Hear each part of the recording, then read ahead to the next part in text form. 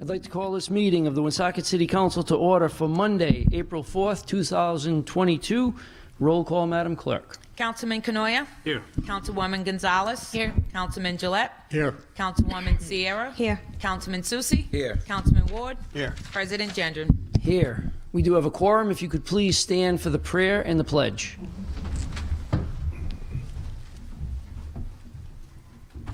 God our Father, we ask that you send your blessing upon this city and upon this council.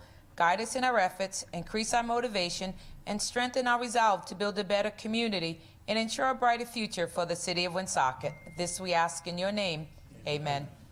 Amen.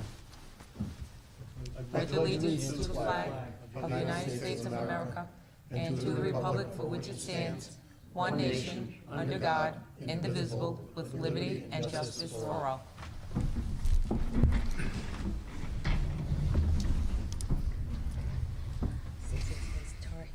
First item on the agenda is public hearings, Madam Clerk.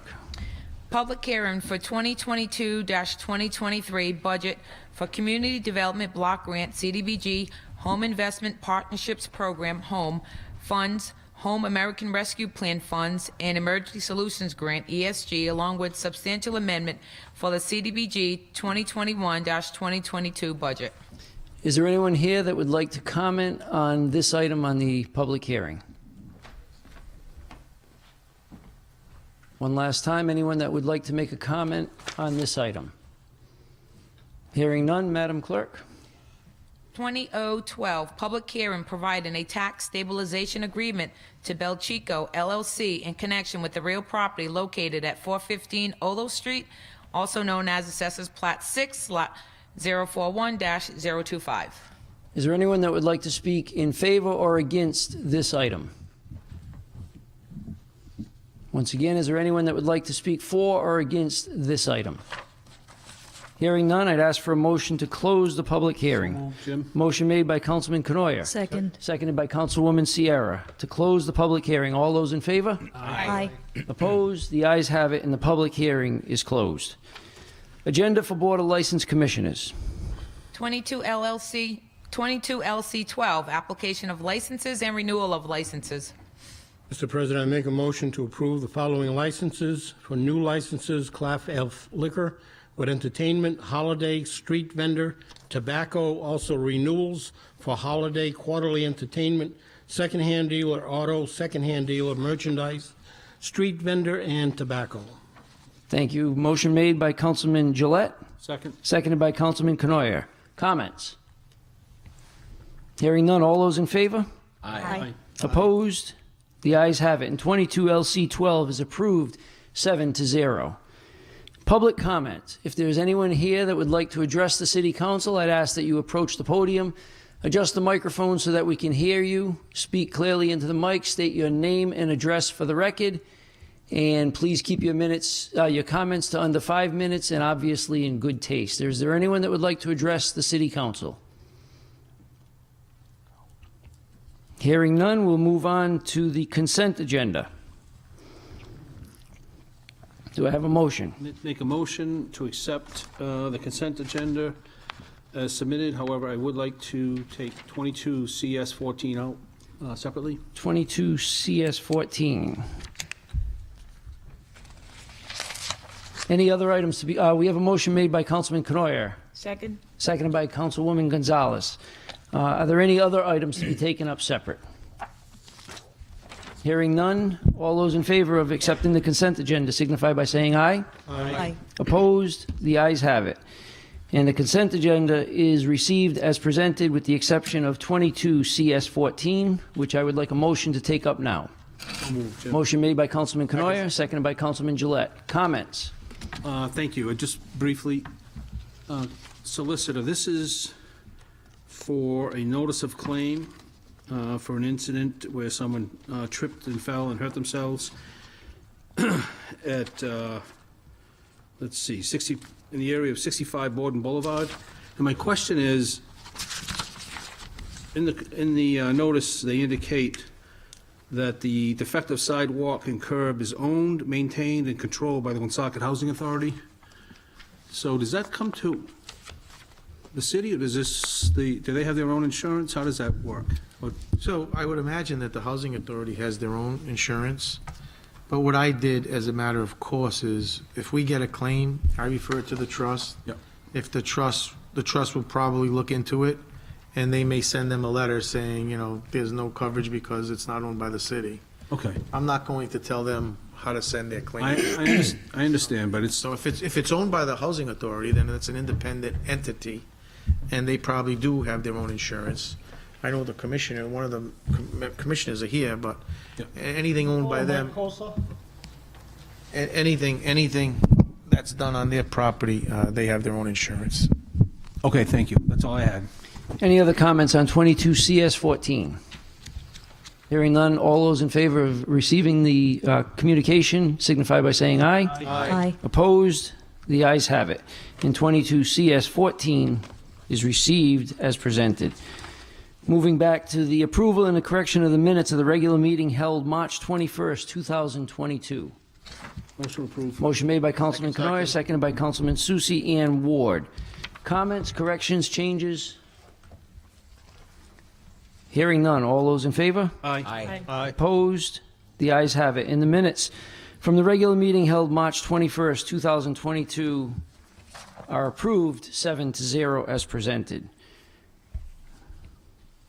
Moving on to presentations of petitions, memorials, and remonstrances, Madam Clerk. 22P13, a request of Public Works Director to address the City Council regarding transferring a position in the Public Services Division and on changing the title of another position within the Engineering Division. Director D'Agostino.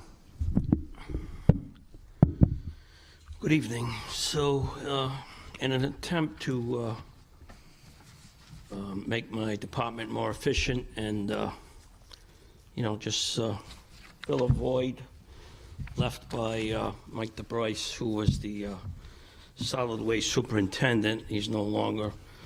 But, so what I intend on doing is, Public Works has a budget, it's appropriated for 3 foremen.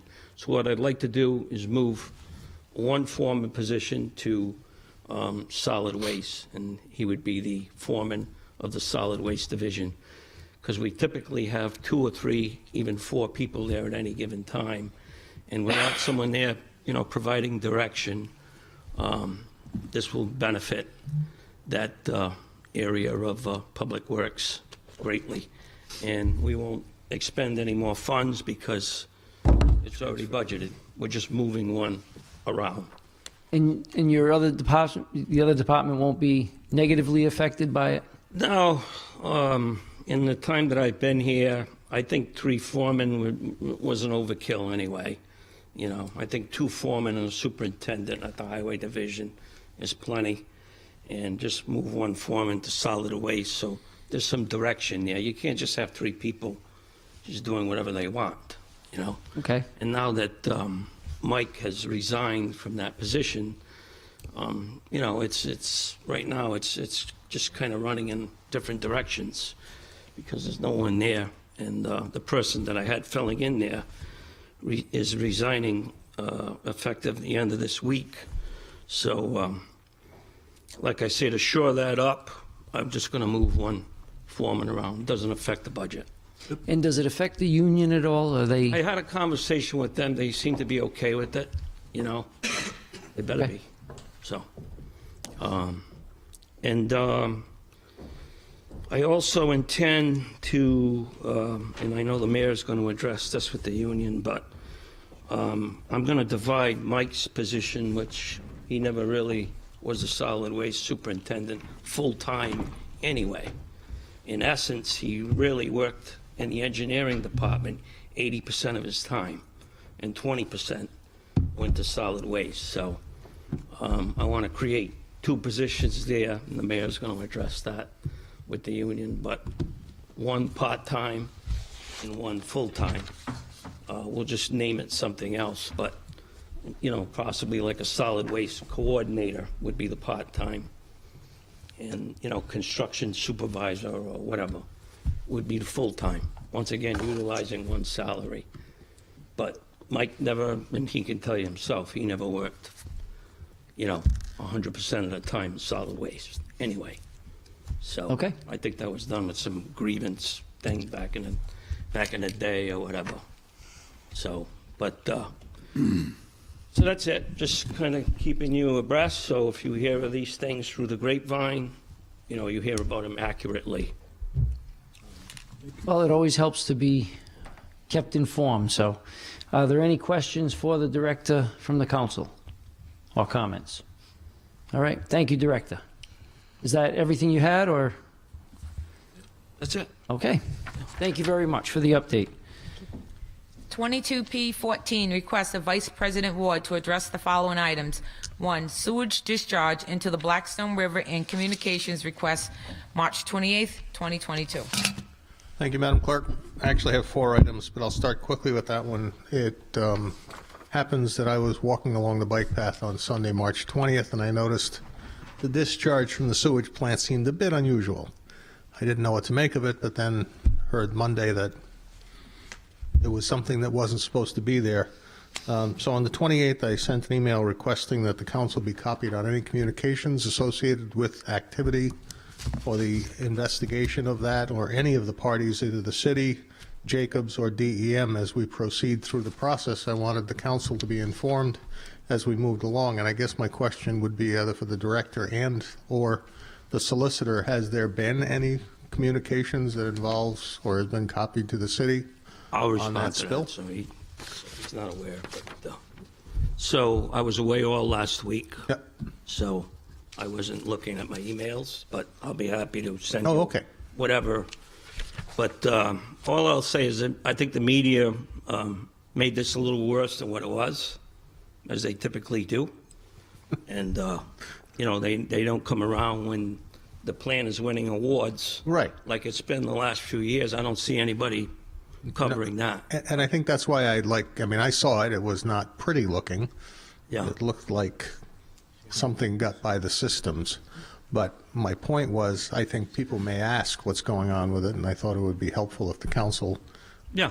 whatever communications come across our desks, can be shared with the council, so that if people ask, we can be aware and know how to respond to them without directing everybody to your phone. No, and that's much appreciated, but, you know, from what I can gather, it was a mechanical malfunction, which turned into a biological malfunction. Yep. But at no time, raw sewage ever left the plant, which was depicted on the news. I just expect there'll be some pushback from DEM and some sort of Jacob having to respond to say what the level was of the problem. And so I'll appreciate it, and thank you for pointing out. I didn't, you were on vacation, so you couldn't see an email, but I'll look forward to hopefully the council getting whatever we can out of that. My second item, I had requested only because, and I'll preface this by saying this is not about my paycheck necessarily. It is about the method by which pay is calculated. And I don't know, is it universal for salaried employees to be calculated in this methodology? Yeah. And let me Yes. characterize it for the reason that I ask. It occurred to me as I was doing my tax return that my W-2 form this year for I got to make sure I'm picking up the right year, 2021 was about $35 less than the $9,000 council salary. Not a lot of money. That's not the issue, really. It was a question of, I then remembered that for the past couple of years, it's been less than $9,000, and I wondered, how can I get paid less than $9,000 2 or 3 years in a row if my salary is a salary, and it says I get $9,000 a year? And so I asked the finance department that question, and the director sent an analysis, and in that analysis, it verifies that, in fact, my W-2 was 35 less than 9,000 one year, 53 less another year, and 33 another year. And in fact, back in 2018, the number was actually the same. Or, yeah, it was identical. But it concerned me because your analysis shows that when you calculate your numbers based on a fiscal year, you end up saying that we were compensated for $9,000 every fiscal year, And your calculations show that for 3, 6, 7 years in a row. And yet, based on those same calculations, if I take the W-2 amount for those same 7 years, in fact, we would, in total, receive $189 less than $9,000 a year. And I'm still a bit scratching my head, and I think the council president actually went in and did a look at this, and he gave an analysis of it. But the confusing part is, and again, I'm not concerned about me, I'm concerned about the fact that we only make $9,000. What does it mean to the person who's on a salary of $80,000? Does it multiply? Does that differential expand to $180 short a year, or less than their full salary? And the interesting part is that year to year, at the mid-year mark in the fiscal year, for some reason, though our salary never changes, our gross pay amount in the biweekly pay does change. So it went from $346.16 for 2 weeks at the first half of 2019 to $343.52. And then it went from $343.52 the next year to $344.82, and then $344.82. It would go to $346.15. And frankly, I know, because I asked back in the 2000s, why is my pay what it is? And I think I asked the same question, and there was some extremely convoluted formula that created this number. But I just don't get how it's not simply a matter of taking 9,000 divided by 26. So, Can you explain that? so historically, we take the number of weeks and days, so within the fiscal year. So it could be 52.2, But how is there 0.2? say there's, So we're paid by the day, not by the year? but how many days are within the, How many years in a year? One. We're paid Correct. $9,000 per year. 9,000. We get 26 checks. 9,000 divided by 26. If you're calculating by days, are you counting calendar days or work days? Because our work days are 7 days a week. Salaried people are 7-day-a-week people.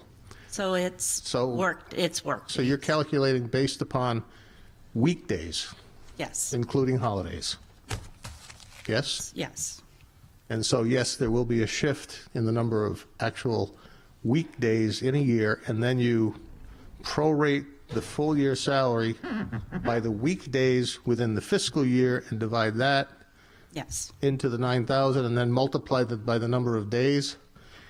But even if you were to do that, in theory, you should always hit $9,000, whether on a fiscal or a calendar year, or over the course of time, you must average out to 9,000, but it doesn't. And I think based on what you're describing, your maximum number of days equals 9,000, your minimum number of days equals 9,000, but the amount of compensation can't be the same for both calculations. So your modification of the fiscal year number translates into a lesser amount of money, because there's never more than 9,000 under any of your scenarios, but there is consistently less than 9,000. And that's why I don't understand why the fiscal year calculation is so intricate as to calculate the number of work days when somebody is a salaried employee.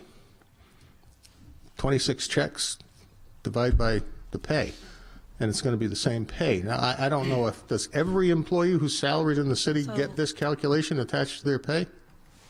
Anybody who has an annual salary. An annual salary. So like, the union people are paid by a weekly salary. So it's anyone who has an annual salary, like directors and the council. Okay.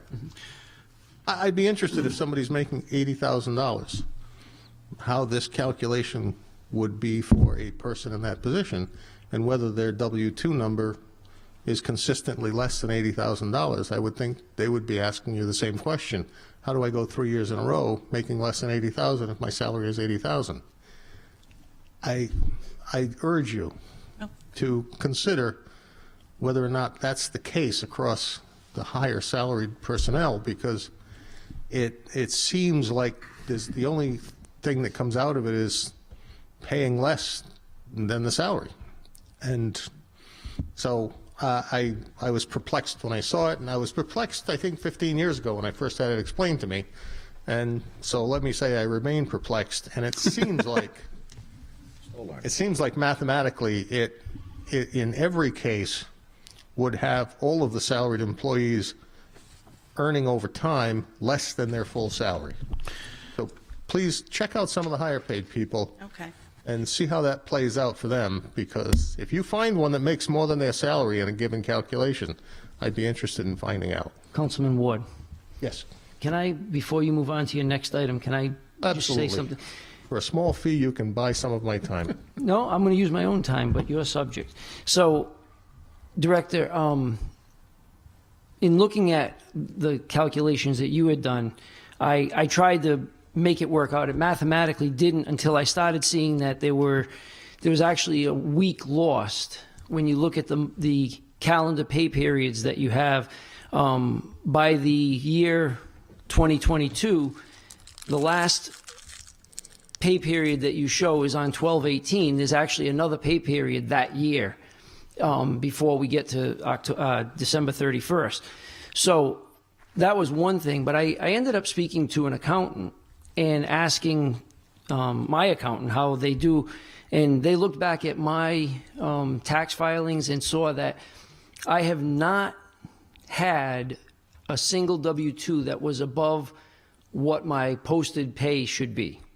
And so when there's some lower, there's no dispute mathematically or using common accounting practices. If an employee's salary is X and it's an annual salary, that W-2 has to reflect exactly that number. And if there's not, and whatever calculations you're doing for fiscal year or whatever else, it's all good for budgeting that you need to do, but it has no bearing on the pay that anybody who is on an annual salary receives. And that whenever there is not an exact W-2 for that annual salary, every person who's not getting that can then file a complaint for being underpaid. So I think that's the bigger problem, because with the 7 of us, it's a smaller amount of money, but as the vice president said, there's people who are making $80,000. If they're getting in the 79 range, we may end up owing a lot of money going back.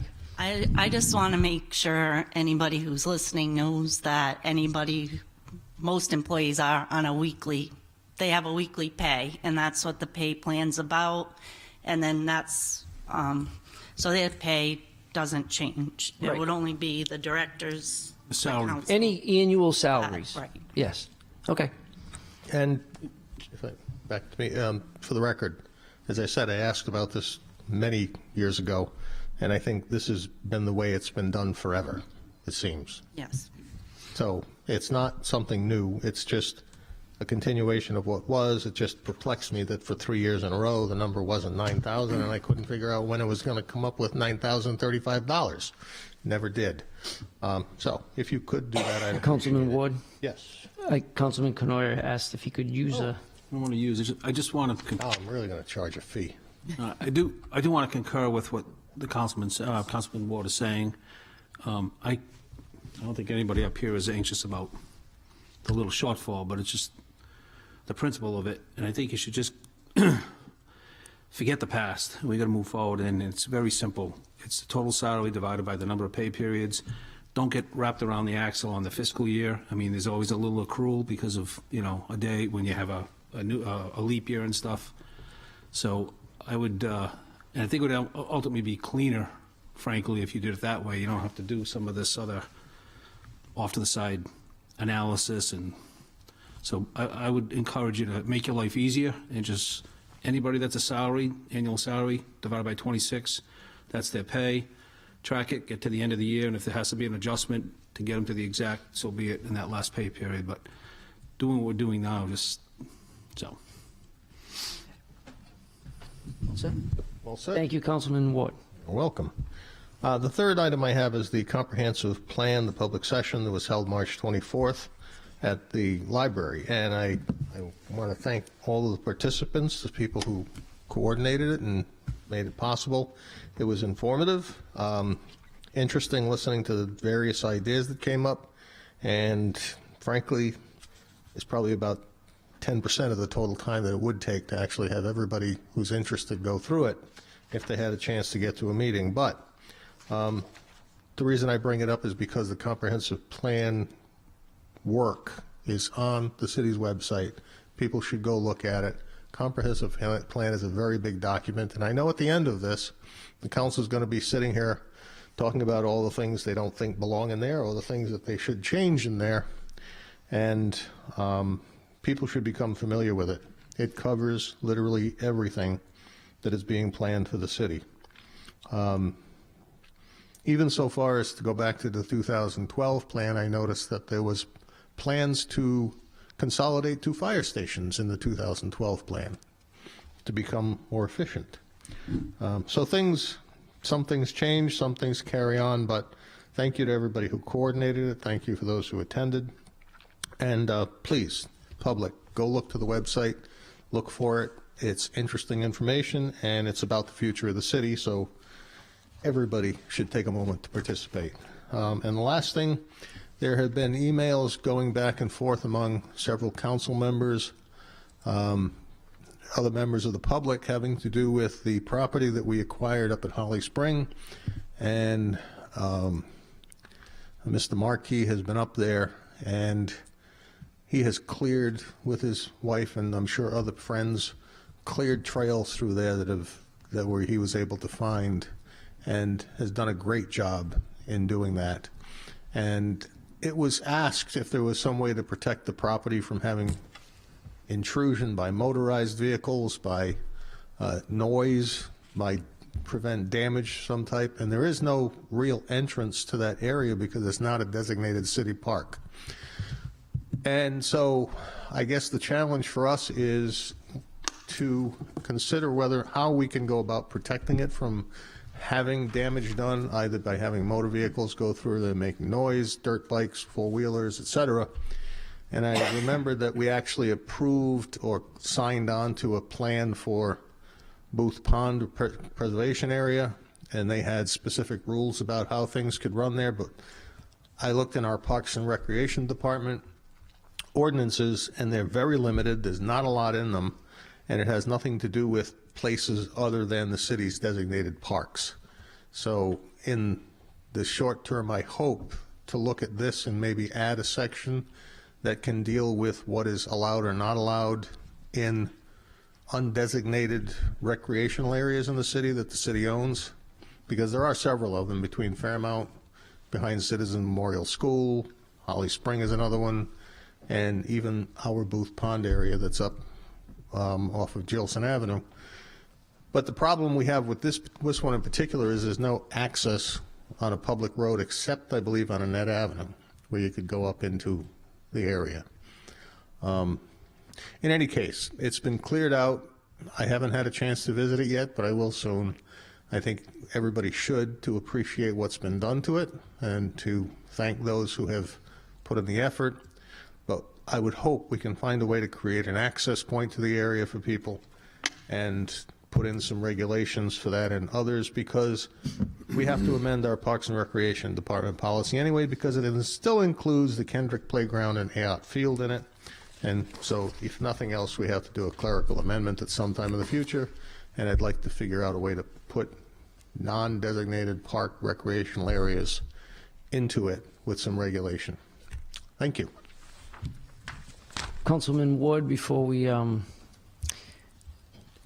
Director DeBrois, can you, I was going to, either between you or Director D'Agostino, just look into the possibility, Councilman Ward and I had spoken about a formal entrance from Annette Avenue, and see if that has any merit. It seems like, looking at the maps, it's the only city-owned potential access that we might be able to provide. And I don't expect you to even comment now, but just if you could look to see, if that's all right. Yes, sir. Thank you. Thank you, Councilman Ward. Moving on to Councilman Gendron, just one Mayor. quick thing. I just want to respond to Councilman Ward. I'm not positive on this, but it's probably something that should be looked up. I think the issue with the salary that you're speaking of, I think there's an ordinance that states it has to be done that way. So we would need Really? to. I believe so. So if we can, Okay. the solicitor No. can look into that, and then we can go from there. Absolutely. If it's there, we should look into it. And Mayor, there may be an ordinance, but I'm sure that the ordinance doesn't say staff is supposed to be underpaid. I didn't say so, you and I'll sure? take my retro. Thank you. Are you sure? Touche. Moving on to unfinished business of previous meetings.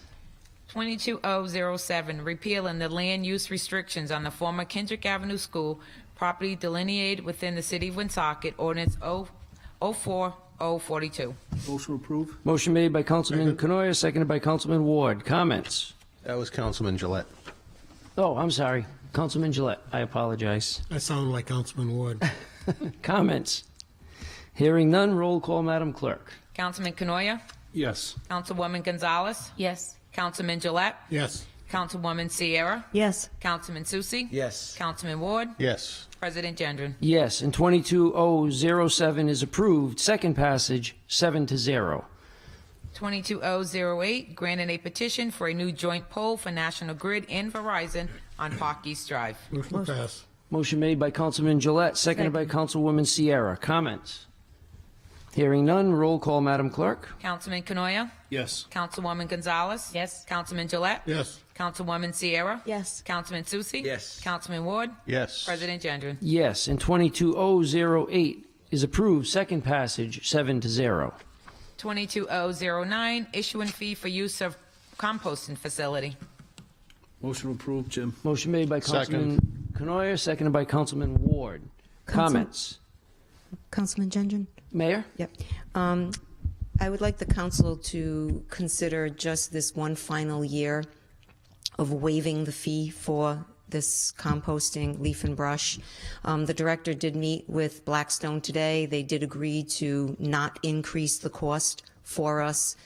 So I think sort of come to an end of COVID. Everyone's kind of picking the pieces back up and getting back on track. We're starting our leaf and brush pickup now. We're going to start sweeping the streets.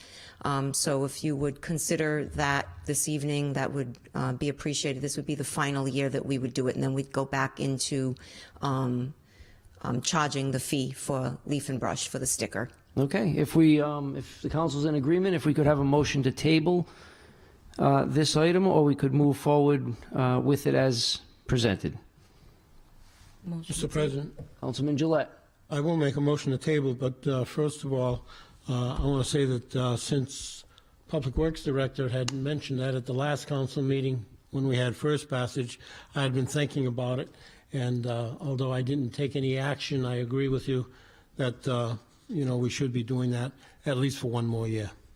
Thank you. Second. Is that a motion to table? Make a motion to table. Motion to table by Councilman Gillette, Could we- seconded by Could Councilwoman we, Gonzalez. wait a minute before you, could we make could we amend this so we don't have to zero? start over and just have one more passage? So the only problem, let me see how it's written, because when we did this last year, we still have to have a formalized method of getting the stickers. So, Council President, the stickers are all set to go. The issue that we're having is, luckily, Blackstone wasn't ready for us to, we were supposed to open up this Wednesday for the public, and they asked for one more week to clean up from the winter. So right now, it's scheduled to open up April 13th. We have the stickers in Public Works, so it's just a matter of, from what I see, is just the council waiving the 25, and Public Works is ready to go. okay, all right, so then, Councilman, if you'll remove your tabling motion. So be it. Okay, so now we're back to the main motion for second passage, but if we can have an amendment to set the fee at 0. I'll make a motion. Motion made by Councilman Canoyer, seconded by Councilman Susi, to set the fee on 22009 in Section 1 and any other references to $25 to 0. Comments on the amendment?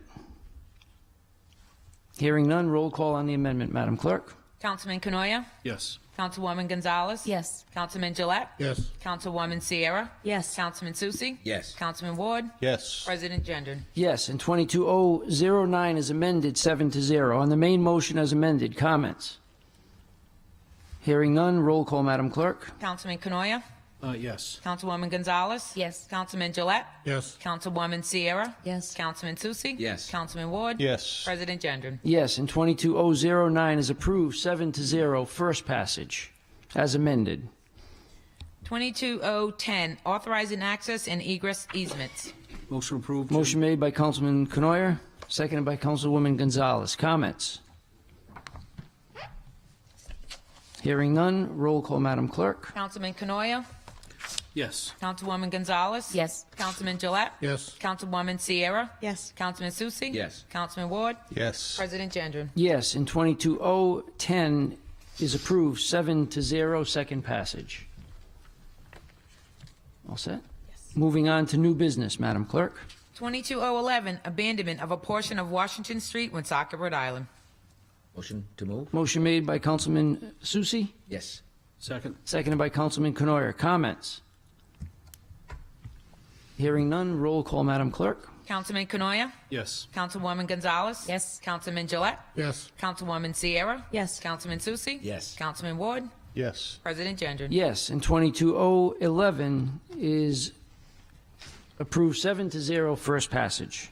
22012, providing a tax stabilization agreement to Belchico LLC in connection with the real property located at 415 Olo Street, also known as Assessors Plat 6, Lot 041-025. We have a motion? To pass. Motion made by Councilman Gillette, Second. seconded by Councilwoman Gonzalez. Comments? Mr. President, Councilman Gillette. on this property, this weekend, the church, which, it's not sold as of yet, they were selling the properties, some of the stuff that's in the church and whatnot.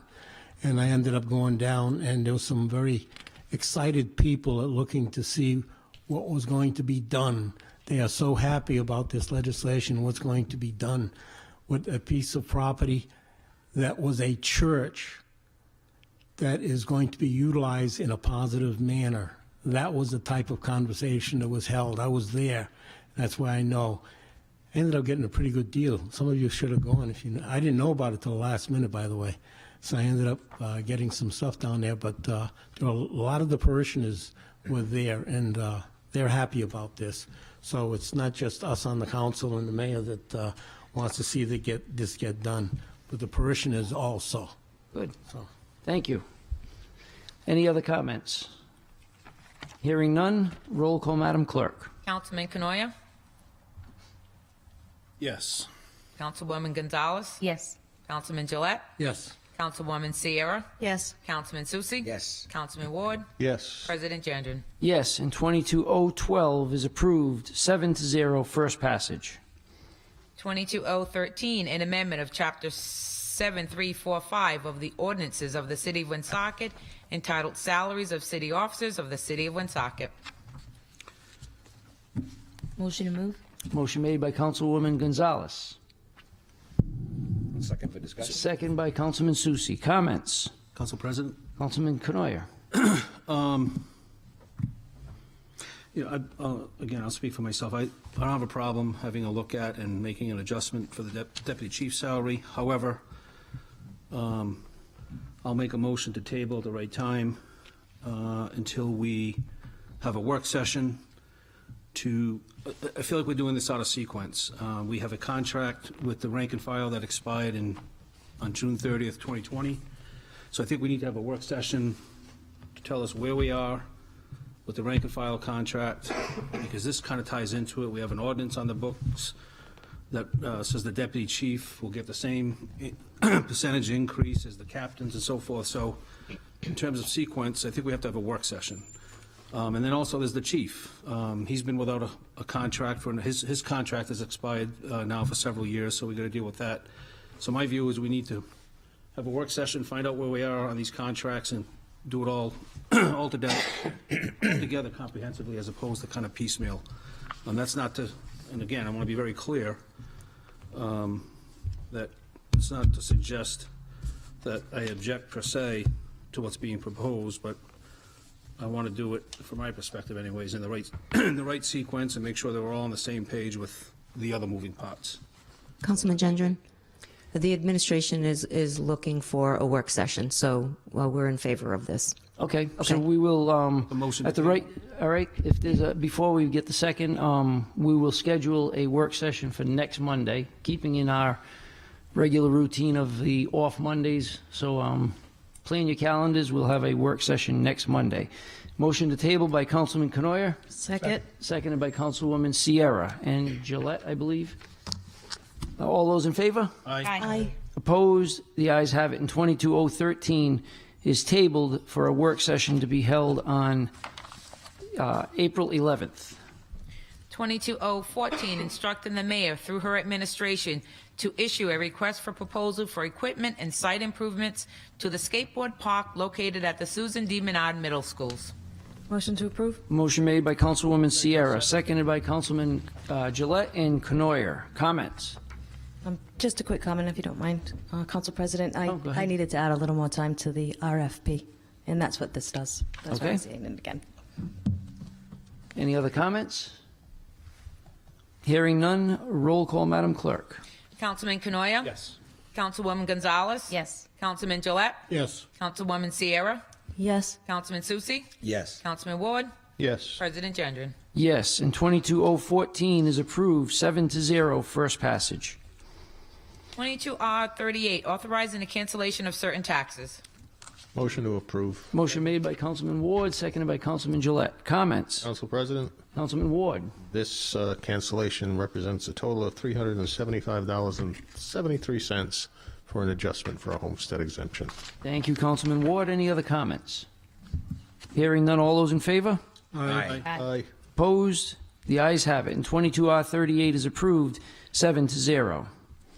22R39, approving an interim preservation plan for the brick structure at 719 River Street. Motion to approve. Motion made by Councilman Canoyer, Second. seconded by Councilwoman Gonzalez. Comments? Council President. Councilman Canoyer. First, Director, thank you. Just no, I'm not asking for anything, but thanks. You did tighten this up. I will support it tonight. I just have to say, I can't help it, that I think this is a little bit of an absurdity, but I will support it. When the Historical Preservation Officer determines that demolishing the rest of that eyesore is going to somehow negatively impact what's there is a little bit of a head scratcher to me, but it is what it is. You did tighten it up, and I don't find it nearly as burdensome, so I will support it. Thank you for that. Any other comments? Council President, Councilman Ward. I'll ask the same question I think that was asked the last time we approved this without this part involved. Do we know when it's expected, when the first chance would be that it would be considered to tear down that building? Well, we do have a bid ready to, that's all set. No, I'm It's just- talking about the brick one. Well, this, and this had to be done, and, you know, like Councilman said, we did work back and forth with SHPO to make sure that we got it down to what we thought was manageable. I do have another letter from them, if I'll share with, through the city clerk tomorrow and get it out to the city council members. It just talks about their role in the procedure with how we got where we are. But as soon as we get this all set, then the other contract that was agreed upon at the last meeting, I forgot the date on that, then that can be signed and everything, all the dominoes stop falling, including the building. I guess for my peace of mind, is there anything about this at all that allows this organization to prevent us from tearing down the building if the city wants to tear down that building? Do they have that authority? If it gets accidentally hit. Don't say that. I can share with you the letter in their letter where it does state that they do have the authority. They do. Yes, because it's federal funds. Amazing. Even though they may not necessarily come up with some plan for what could be done with the building, they can stop us from tearing it down. We have one on Hamlet Avenue that's like that, too. Okay, I guess it is what it is. Thank you. Any other comments? Director, there's a reference in here about if it's not acted on within 2 years. What does that? Explain that to me. What section is that in? Duration. It's 3. The MOA will be null and void if its terms are not carried out within 2 years from the date of execution.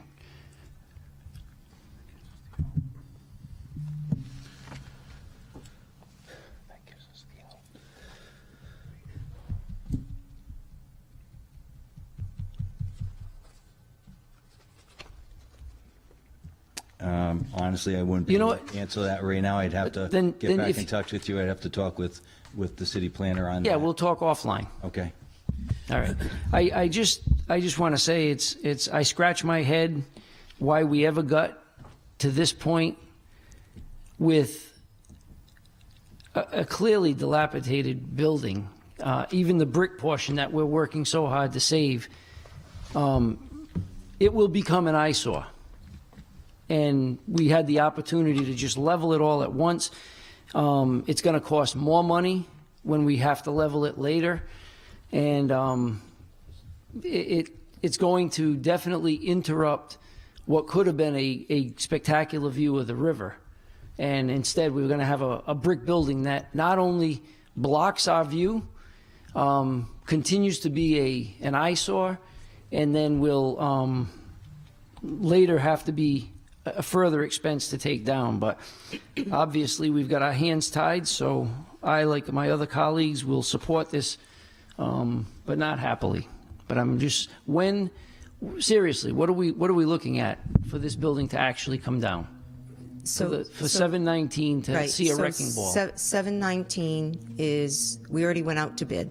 So we already have a bid where we need to confirm that we're still all set with that bid, because obviously as time goes on, bids get stale, so we just need to make certain we're good to go. But I think it's important to keep in mind, and I really do want to compliment all the staff over the years throughout the planning department who've been working on getting rid of the eyesore of 719 River Street. This has been an eyesore for decades. It was basically abandoned by the owner. There was, just like our old incinerator, there was no action being taken on this property. It was just let to sit there, go to tax sale year after year, with the taxes and the interest increasing to the point where nobody wanted to purchase the property due to contamination, the dilapidated state that it was in. So I am going to give congratulations to this administration and all the people in planning who've worked over the years to get us to this point, to apply for the grants, to do phase 1, to do phase 2, get EPA grants, DEM grants. This has been a very long process, and this is one of the projects in the city that we didn't feel that we wanted to leave for another administration to have to take care of.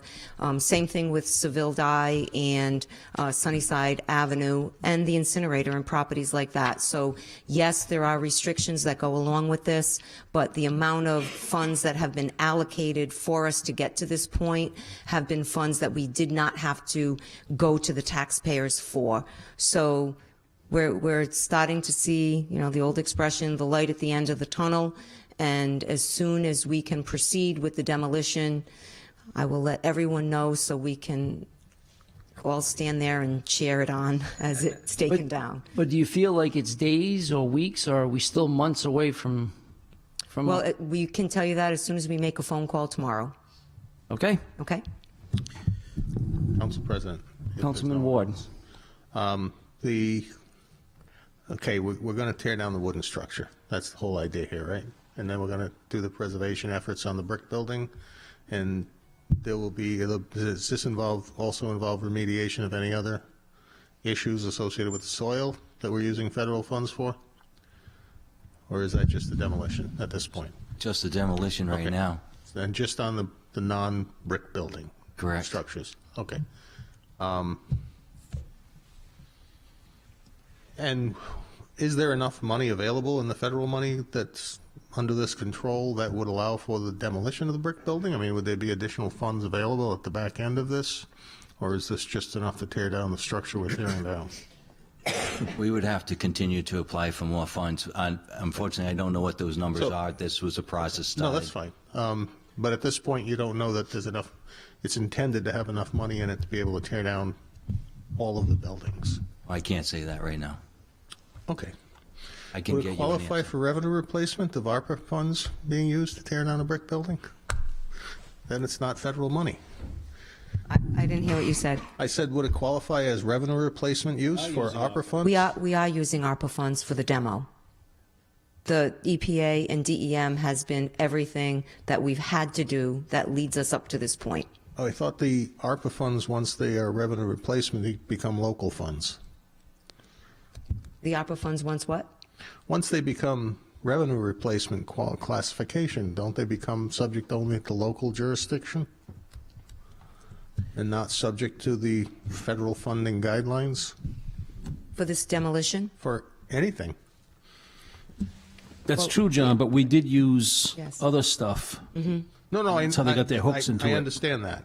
My point is, when the time comes, if they say you can't tear down the building because you're using federal funds, and we say, well, we're not going to use federal funds, can we then tear down the building? You're talking about the brick building now? Oh, yes. Okay. We'll have that fight So when we we'll, get there. we'll cross that bridge when we get there. Okay. Thank you. Any other comments? Hearing none, all those in favor? Aye. Aye. No. Opposed? What? No? No. Let the record reflect that Councilman Ward voted no, and 22R39 is approved 6-1. 22R40, authorizing the settlement of certain claims of Primco Woonsocket LLC. Motion to approve. Motion made by Councilman Second for discussion. Sawyer, seconded by Councilman Ward. Comments? Council President. Councilman Ward. Mr. Solicitor, this resolution and the documents associated with it make reference to a claim associated with a 2018 tax bill and a settlement that amounts to apparently some adjustment. And I don't see that there's a specification of the value adjustment in this settlement, unless I missed it, but there is a $48,000 payment due to the taxpayer. My question is, when I look at their tax record for 20 and 21, the same amounts are in there for 19, 20, 21. This was litigation associated with 19. Is that reimbursement amount or the settlement amount associated only with 19, or is No, it it's for 19, 3 20, years. and 21? It's 3 years. It's for 3 years. It's a 3-year, Was- three-year tax settlement. Was there a value adjustment made, or was this simply determined Well, that? this was a case that went before the Tax Board of Review. Tax Board of Review sustained the taxpayers', appeal. The council changed it for 1 year. So we originally did a settlement for 1 year, but then it came out that they had filed 2 other years that hadn't gone before the Tax Board of Review. So we contested all 3 years, and we ended up in the Supreme Court on a certain issue. The issue that we ended up on is something I really don't want to discuss, but it has to do with our charter. So as a result, I decided to settle it because I think it's more prudent.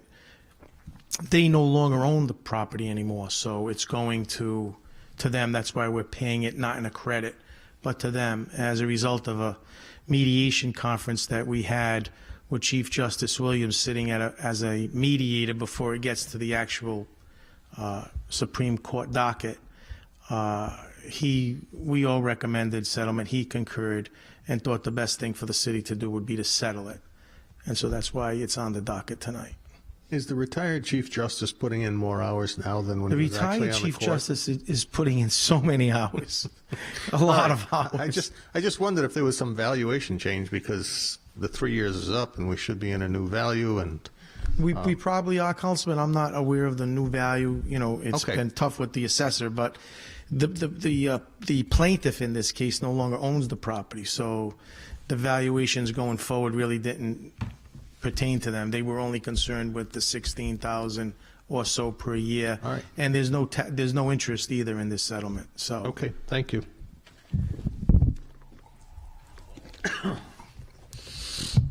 Mayor? Yeah, I just think, can we table this and add this to Monday's work session so we can have a clearer understanding as to what's going on with this? Is that going to affect the settlement if we? You know, I don't know how much more clear I could be. I mean, I don't have any objection to tabling it. The parties have been waiting for some time, so if we table it, when would we get it back before the council? It's only a resolution. It's a resolution. We can approve it Monday night. Okay, that's fine.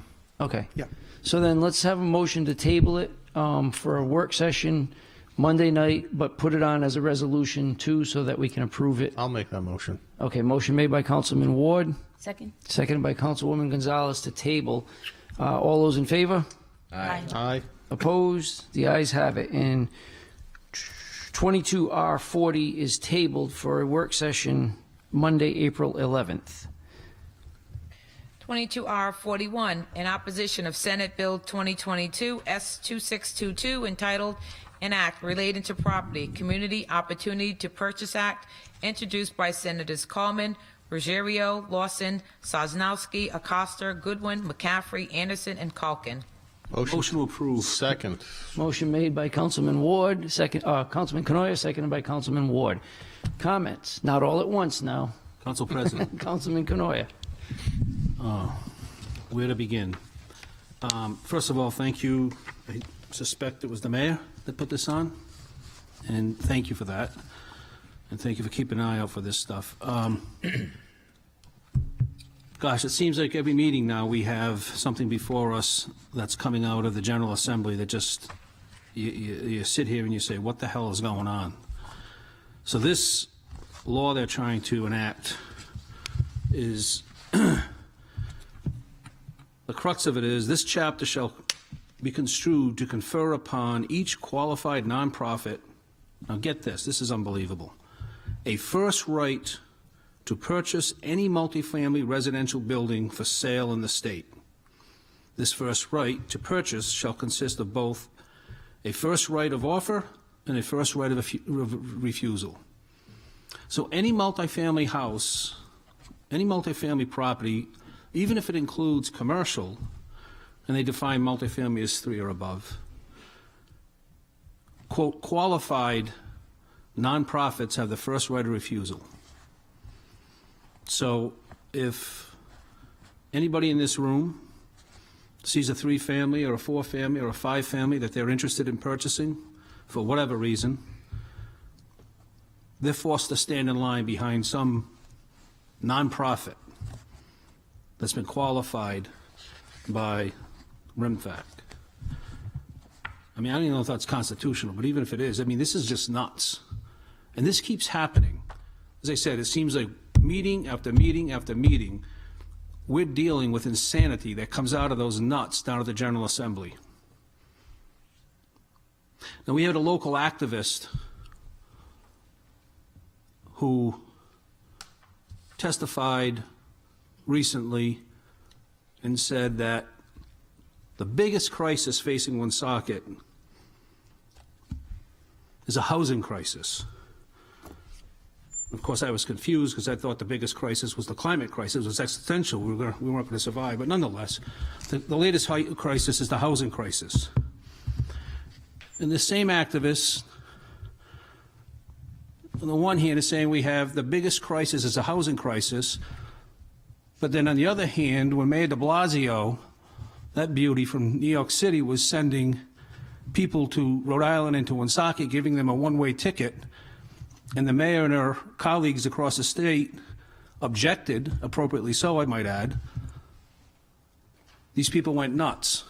So on the one hand, we have a housing crisis, not enough housing, yada, yada, yada. But on the other hand, you got people sending people that struggle to support themselves to the city. So in other words, we have a fire, let's throw fuel on it. And I only say that because it demonstrates, from my perspective, the lack of logic, the lack of thinking, the insanity that is coming out of this place in the last couple years. And obviously, I will be supporting this resolution that opposes this bill. But I think, people better wake up in this city. And, the experiment going on at the General Assembly with these nutbags, we've got to find some good candidates to send up there as a fire break. This is crazy. And as I said, we've had, well, I won't go through it. Anybody that's paid attention, again, this happens every week, and every week I think it can't get any worse, and then it comes again. And I'm sure we'll be having another discussion about another nutty bill that comes before. So anyways, I will absolutely be supporting this, and I thank the mayor for putting it before us and keeping an eye on these things. Thank you. Any other comments? Council President, Councilman Ward. I, like Councilman Knoyer, was amazed.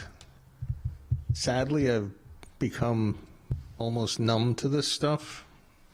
It seems to be happening more and more frequently, but this one really does take the cake, and I hadn't noticed it, so thank you, Mayor, for finding it, having it slam you in the face, because it really does question the constitutionality of it, because to give the state a right to block out legitimate bidders on a property in a private sale is, I think it would be criminal to have a law like this. The mere fact that we have legislators who think this way is frightening, because basically they seem to believe that the only way to solve a problem is to have the government stick its hand in and strangle commerce. I don't think it'll work. I am frankly disgusted with this bill, as I have been and expressed on others. I don't know what these people are thinking down there, but it can't be anything rational. So I wish there was a way to have an emphasis added to my vote, but it will clearly be a vote to support this resolution in strong objection to this nonsense. Thank you, Council President. Thank you. Any other comments? Council President. Councilwoman Gonzalez. I will also be supporting this resolution, and as someone who works closely with nonprofits, I think sometimes our votes can be misinterpreted, and I just want to make it clear that this is not anything against nonprofit organizations. It's just establishing a fair system, to put a law that says that we would be automatically placed first in line, even as someone who runs a nonprofit. I'm uncomfortable with that. So I will be supporting this, and just wanted to make it clear that this is not anything against any nonprofits. We are grateful for all the contributions that they have to the city. It's just the system needs to be fair, and I would think this is unfair. Any other comments? Councilman? Mayor? So I'd just like to, for all those who say that the city of Woonsocket is not recognizing the housing crisis, and Councilman Knoyer referred to a particular person who has been extremely critical of the elected officials in the city of Woonsocket lately. I don't see it myself, but I get these lovely little pictures of screenshots sent to me, and I always say, if you would spend as much time putting your energy into something positive as you do to something negative, we could move forward quicker and get more done. But the city of Woonsocket, I'm just doing a quick calculation, because we've been accused of not paying attention to the need for more housing in the city. And quick calculation, the city of Woonsocket will, if all things go according to plan and there isn't a holdup with materials to do the construction work, which we know what that situation's like, the city of Woonsocket will be putting on between 75 and 100 housing choices in the city of Woonsocket. 75 to 100. So I would like some time spent by the critics in checking to see what the other cities and towns are doing across the state. Now, I'm not going to be critical of them. They have their own process that they follow. They're doing what they need to do. But we are paying attention to the need for additional housing for all folks, young, middle-aged, older. People move, their housing needs change, and they need different accommodations, so to speak. So we're at between 75 and 100. So when someone wants to be critical of what the administration and the council is doing, I would invite them to speak to us face to face. I'd be more than happy to have a meeting, have the council join the administration. We can share what we're doing. We can share the facts of what we're doing instead of hiding behind a keyboard. Cowards hide behind keyboards, and generally when it's after 9 p.m. it becomes dangerous. So, open invitation, let me know when. We want to share what we're doing, and we're proud of it. Amen. So, Mayor, I'll end this this comment with this. First of all, thank you for bringing it to our attention. I think that that's been said enough. But when you talk about wanting to make an offer for people to reach out and have the discussion, don't be foolish. That's not what they want. They want to just pontificate behind a keyboard and try and advance their own useless agenda, which is not an agenda at all. It's just self-gratification with a keyboard, an issue all of its own. But getting back to specifically Senate Bill 2022-S2622, I think it's disgusting. And the last time I publicly spoke out regarding some of the ridiculous legislation coming out of Providence, there was all sorts of those little pictures sent to me too, with identifying me as being racist or any other number of foul words about my character personally.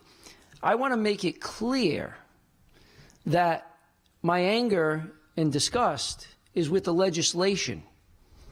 I don't know any of the people that are listed there, but it's horrible legislation. And listen, if you can't take the criticism, that's not my problem. But don't throw blame at the people who are pointing out your faults, your flaws, your shortcomings. So the legislation is terrible. I will happily support it. I like Councilman Ward's way of thinking that if there was a way to double down on my vote, this would be one that I would do it on. With that being said, I would like a roll call, Madam Clerk, for this particular resolution. Councilman Canoia? Absolutely, yes. Councilwoman Gonzalez? Yes. Councilman Gillette? Yes. Councilwoman Sierra? Yes. Councilman Susi? Councilman Ward? Yes, yes. President Oh, no, you can't Gendron? count. And that's what I was going to do. Yes, yes. And 22R41 is approved, I think 9 to 0, 7 to 0. 22R42, approving the appointment of a member to the redevelopment agency of Woonsocket by the mayor. Motion passed. Motion made by Councilman Gillette. Second. Seconded by Councilwoman Gonzalez. Comments? Council President? Councilman Canoyer. What